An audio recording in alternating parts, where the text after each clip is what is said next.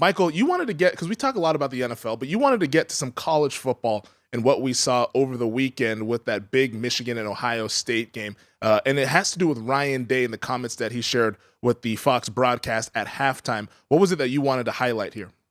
Well, I think to me Ryan Day comes off the field, and I think Tom Rinaldi was interviewing him, and Ryan Day, or it was before the start of the second half, and Ryan Day, all he talked about was how tough his team was. And to me, I think one of the biggest problems young coaches have, offensive coaches have, is understanding what real toughness looks like. Like, what does toughness look like? Like, I was watching that game, and I never for one moment thought Ohio State was tough. I never for one moment thought that Ohio State was going to be able to battle Michigan into the fourth quarter and come out alive, because they're just not set up for toughness. It's like, a couple years ago in 2006, before New Orleans won a Super Bowl, Sean Payton got into this mode where 3rd and 4, 3rd and 2, let's run sticks, let's run option. It's easy to get a first down on 3rd and 2. When in reality, sometimes you got to run the ball on 3rd and 1. Sometimes you got to be tough, and Sean learned that. And I think that took Sean's coaching to another level. I think a lot of young coaches, Day particularly, they don't understand what toughness is really about. How do I develop toughness? How do I become tougher? How do I make my team tougher? How do I make practice tougher? Like, it's not something you talk about. For 365 days, he's been talking about how he's going to make his team tougher. Yep. Well, there's been no evidence that Ohio State's tougher. There's no evidence of that. Do you go out, do you practice outside? Do you make it hard on the players? Do you hold the players accountable? Toughness isn't something that shows up on Saturday afternoon or Sunday. I think one of the big concerns, the reason I wanted to talk about this, Femi, is one of the things I think when you watch Green Bay, they don't have any toughness. And that's because their head coach isn't tough. I mean, he's not a tough guy. And I think part of the problem in the NFL today is a lot of these coaches, they're hiring play callers.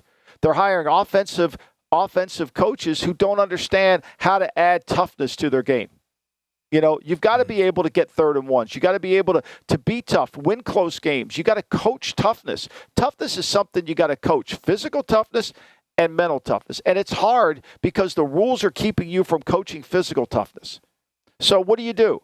Why is Green Bay not very tough? Well, they're not any good in the kicking game, even though they hired Rich Bisaccia, who's a really good special teams coach. But because LaFuck doesn't give any time to it or really thinks it's very important, there's no toughness ingrained in it. Or does he demand any players to play in it? So for me, it's like, you're a young coach. You're an offensive coach. You're drawing all these plays. You got all these ideas on how to attack. Kellen Moore. You think Kellen Moore's tough?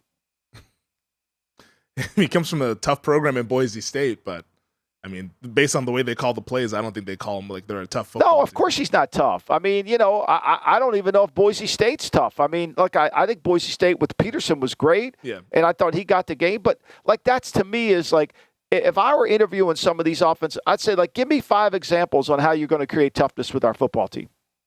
Like, how are we going to become a tough team? And if you're an offensive coach, as a head coach, you got to work really hard to be tough.